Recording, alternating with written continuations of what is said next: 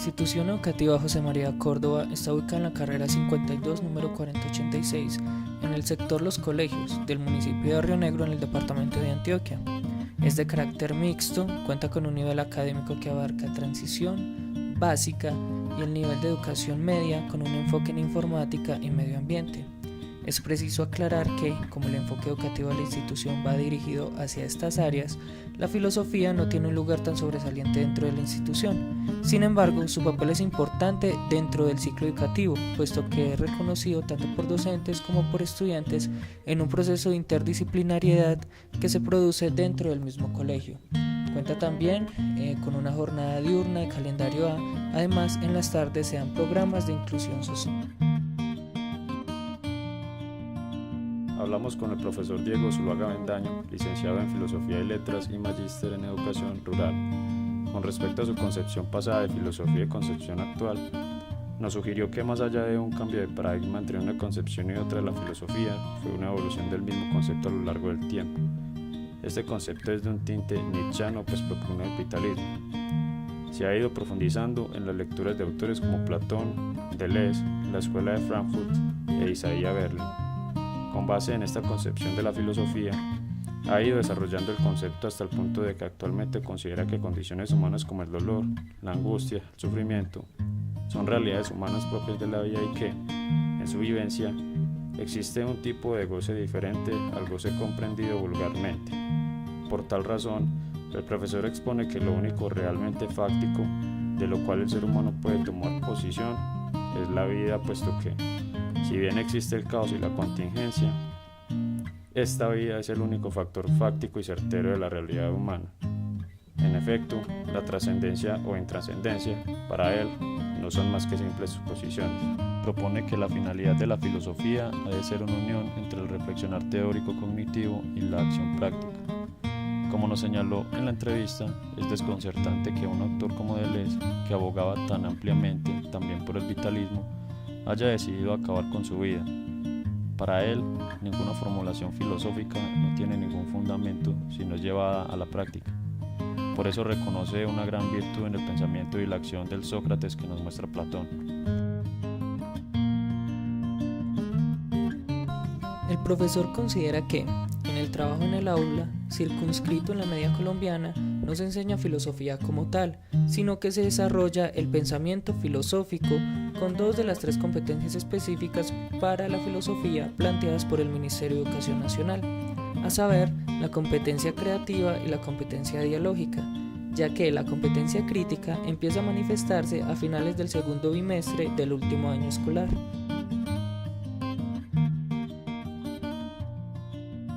El profesor tiene organizado, a modo de cartilla, un desarrollo curricular donde contempla preguntas problemáticas, objetivos, actividades específicas tanto para el desarrollo de la clase como para su evaluación y ejecución.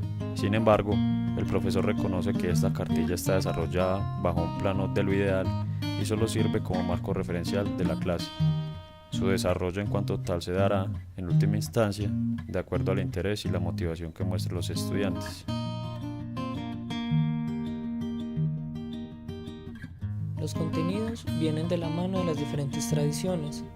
Primero se ve la escuela antigua, después de la escuela clásica, viendo, a grandes rasgos, los desarrollos de aquellos a quienes la historia ha identificado como los más grandes exponentes de la filosofía. En el trabajo en clase se pretende desarrollar una competencia lógica que tiene como marco principal el análisis y la síntesis, tanto en la lectura y en la comprensión como en el desarrollo de mapas mentales y de textos escritos de diferente índole, pasando por los más sencillos como el resumen a los más complejos como la disertación.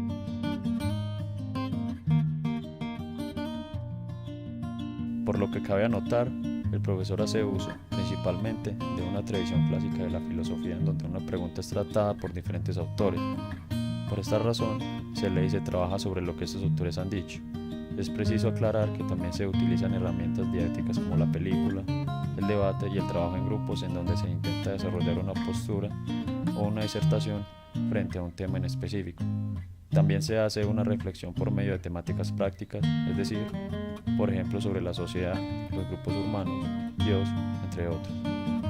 Sin embargo, el profesor reconoce que lo anterior es viable implementarlo, más que todo, en los últimos bimestres del grado 11 y orientado a los intereses manifiestos de cada grupo.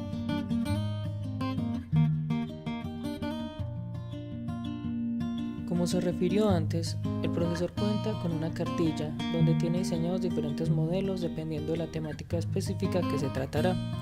Sin embargo, sugiere el profesor, la misma evaluación está sujeta a modificaciones, las cuales se dan dentro del mismo desarrollo de la actividad educativa, es decir, al interés de los alumnos, a su disposición y al modo en el que estén trabajando.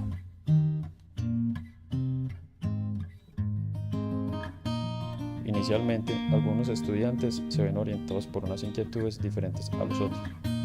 En casos más diferentes, la misma dinámica del grupo no permite evidenciar ningún interés por algún problema de la disciplina. También reconoce que por muy ideal que se intente construir un desarrollo de la clase, este se verá afectado por diferentes contingencias, sean de carácter disciplinario, académico o de la misma disposición anímica de la clase. En particular, nos expone que la institución no cuenta con problemas diferentes a los que se presentan en otras instituciones del municipio.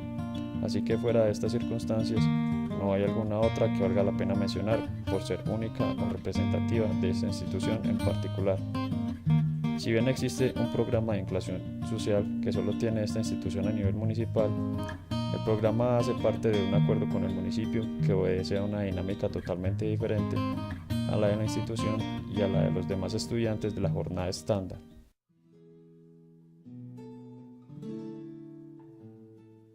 Según Klafki, se hace necesario realizar una aclaración conceptual de la didáctica y la metódica. En este orden empieza definiendo o describiendo la didáctica como el complejo total de las decisiones, presuposiciones, fundamentaciones y procesos de la decisión sobre todos los aspectos de la enseñanza, en la cual la teoría y la praxis están relacionadas. En consecuencia, la didáctica posee un papel fundante de decisiones y condiciones de la enseñanza como los objetivos, los contenidos, la organización y la enseñanza.